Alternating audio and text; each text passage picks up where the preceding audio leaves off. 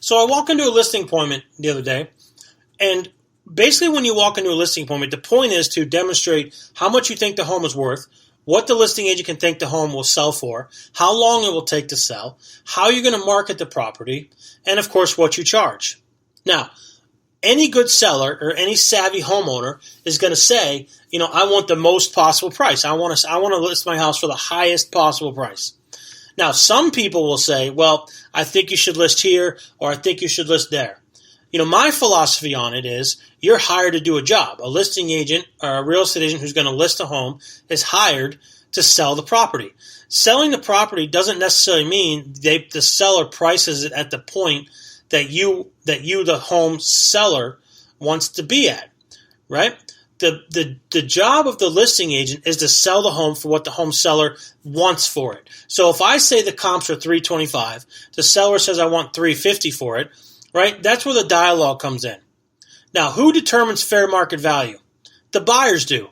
The buyers determine fair market value, right? If the buyers see your house online, they take a look at the bed bath count, they take a look at the pictures, they determine the price to value relationship, they decide to visit your house or not. That's on the buyers. That's not necessarily on the buyer agent. So if the buyers like your house and want to make an offer on your house and they think it's priced reasonably, then the next person that matters is the appraiser. So here's where the thought process comes in. You can list your house for whatever you want as long as the listing agent, myself, can find one comp that will support the value. Because when the appraiser comes in, I'm going to say, Mr. Appraiser, obviously this is the bank's appraiser for the buyer's mortgage. So through the buyer's mortgage process, they're going to come in and appraise the house that the buyer is buying, which is your house that we're listing and we're selling. The listing agent's job is to meet that appraiser. When I meet that appraiser, I'm going to bring the comps that we use to base the value of your house. And I'm going to bring the one comp that supports that value that you think it is. Even if there are 6 comps that are less than what you want, as long as we have one that we can give the appraiser that says this is what we've used, the appraiser can then take the average of the comp that's higher than your sale price and several of the comps that are lower than your sale price and determine the value. That's how we go about pricing a home.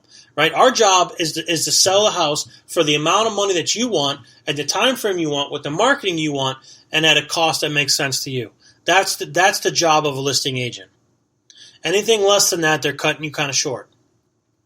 Okay, so more importantly is you don't list it at the price I tell you.